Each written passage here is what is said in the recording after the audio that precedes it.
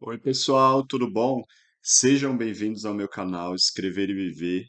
Trouxe uma reflexão para vocês sobre o termo comunicação e sobre alguns conceitos divulgados, inclusive ainda divulgados na escola, a respeito de comunicação, linguagem verbal, linguagem não verbal.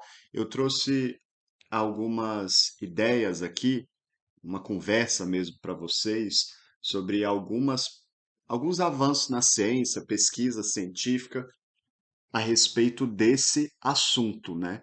E algumas incoerências a respeito desse termo em trabalhos acadêmicos, né? Parte do que eu trago aqui para vocês é uma crítica que muitas vezes eu aponto em trabalhos acadêmicos. Pessoal, antigamente na escola, vou contar uma historinha aqui para vocês, para contextualizar o que eu quero dizer. É bem fácil de entender, na verdade. Há alguns anos, há algumas décadas, na verdade, né?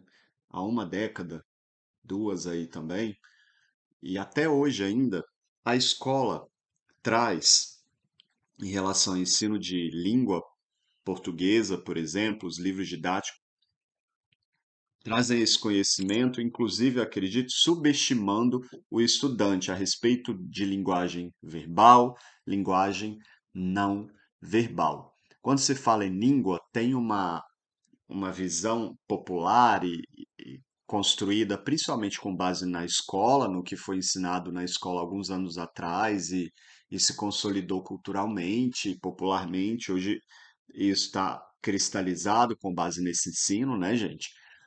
De que a língua tem a ver com comunicação, né? Aí as pessoas pensam assim, língua, comunicação, né? Então tudo que o pessoal fala ligado à língua se justifica numa perspectiva de comunicação, né? Ah, a língua é para se comunicar, o povo até fala assim, né? Se comunicar. Gente, e aí você vê livros, na verdade isso foi uma distorção que foi trazida para esse nível mais básico do conhecimento linguístico, oriunda da escola ali, de uma, de um subestimar o estudante a transcender esse pensamento. Porque ensinar o basiquinho ali, o 2 mais 2 é 4, o além disso, né? Ensinar além disso não seria possível, né? Porque a escola, os professores subestimam os estudantes. Ou por alguma relação mesmo por ideologia mesmo, para evitar que o conhecimento, que haja acesso ao conhecimento por uma barreira cultural também muito forte e resistente na escola. Hoje tem um paradigma nas ciências sobre multimodalidade. Eu vou explicar cada um desses termos para vocês entenderem. Antigamente se falava muito em comunicação, e principalmente naquela teoria da comunicação, de um emissor e de um receptor, né? O emissor naquela posição ali de alguém que emite, né, numa posição ativa, e do receptor numa posição passiva, de alguém ali que recebe, que não tem o direito de fala e que só fica ali escutando, ouvindo, recebendo, né? Essa daí é a teoria da comunicação, grosso modo, né?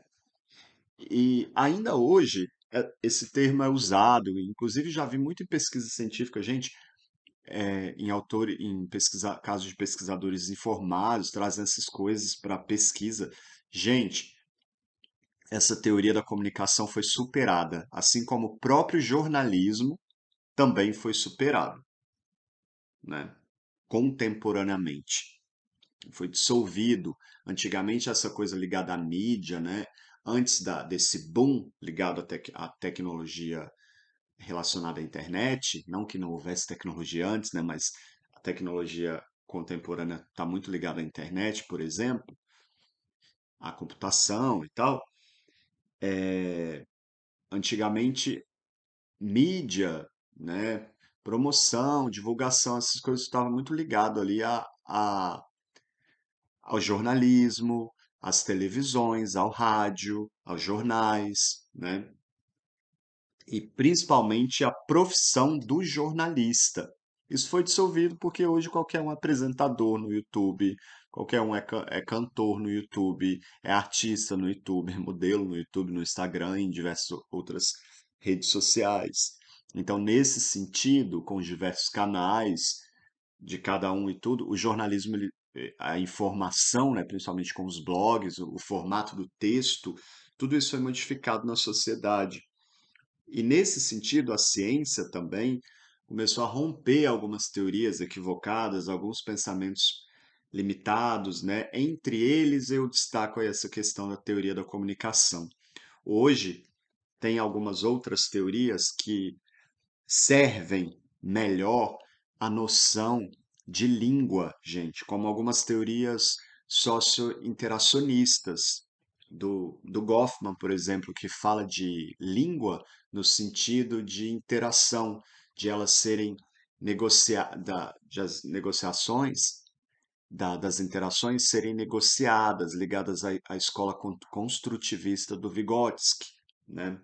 De que o conhecimento ele é construído socialmente. Então, essa concepção, por exemplo, mais ligada à interação, que tira do lugar essa noção de um emissor e de um receptor, ela, ela, interação de um emissor e de um receptor.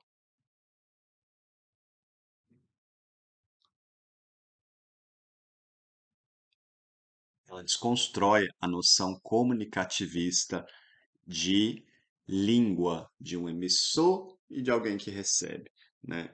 A própria noção de negociação nas interações rompe isso, porque não tira as pessoas que interagem dessa posição ali, né? E tem outras coisas, alguns conceitos que foram incorporados, trazidos para a escola, estando no inconsciente das pessoas, como ruído, como né, às vezes a pessoa quer ser elegante, quer falar de comunicação de uma maneira mais, né, aí a pessoa fala, os ruídos, não sei o que, a gente não tem nada a ver. Essas coisas todas já foram superadas, né? Então, quando você reproduz isso no seu discurso aí, você está e, né, não se atualiza das coisas e tal, né? Você tá, é um pouco até ridículo, eu acho, né? Quando eu escuto alguém falar essas coisas, ruído, não sei o quê, enfim. É,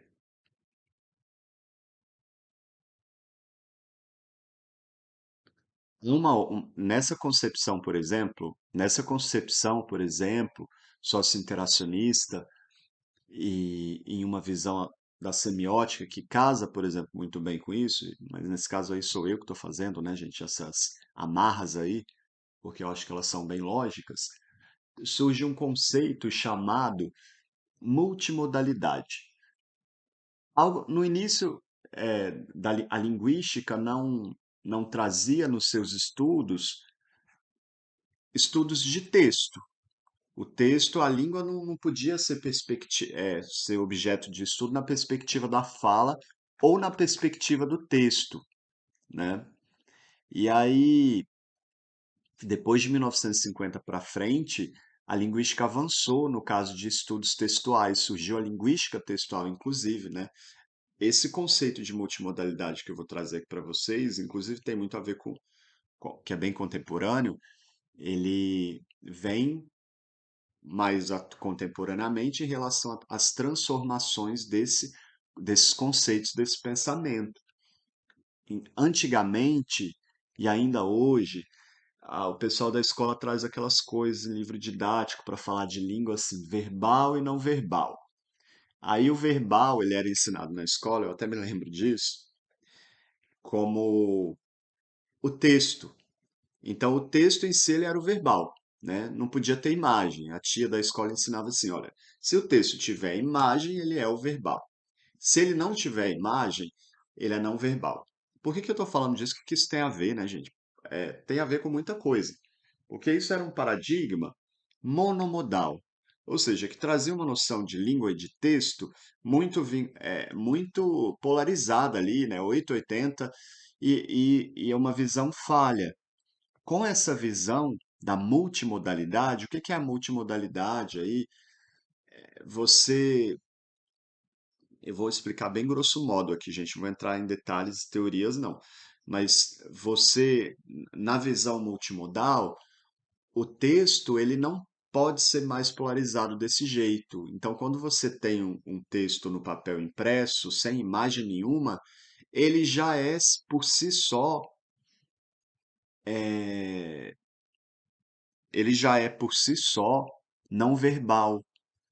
Então, quando a tia da escola te ensinou que tinha que ter uma imagem para ele não ser verbal e ela fez essa segmentação polarizada, meio Lula Bolsonaro na sua cabeça, que é a mesma polarização, não é a mesma, né? Mas eu quero dizer assim, polarizar é polarizar, né? Você polariza aqui, você polariza ali, né? Isso leva o nosso pensamento à mediocridade.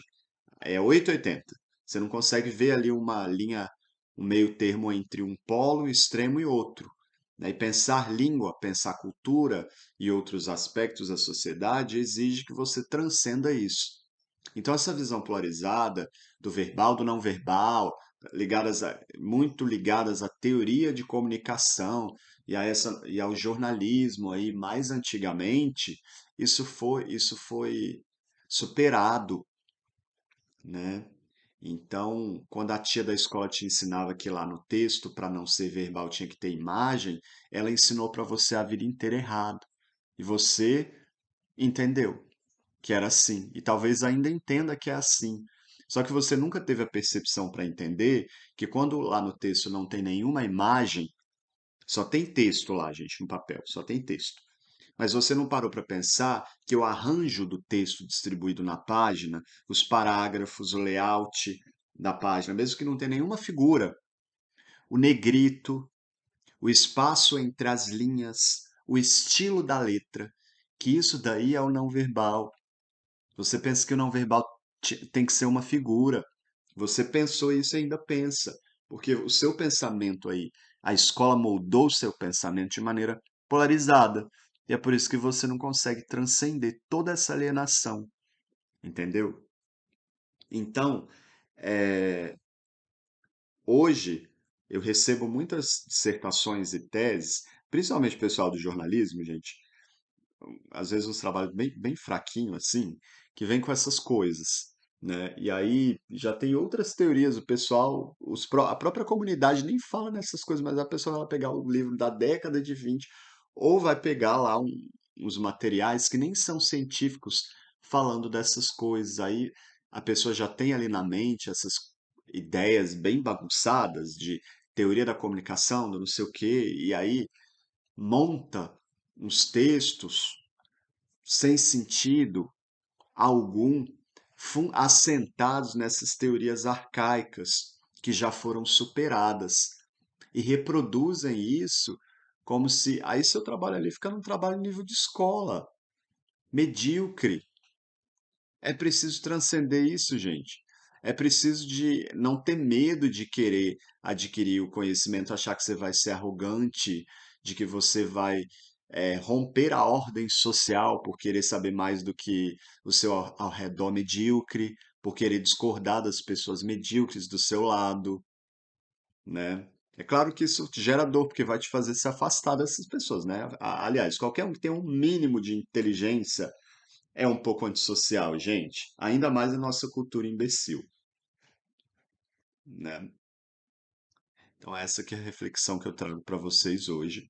Um grande abraço para todo mundo e tchau, tchau.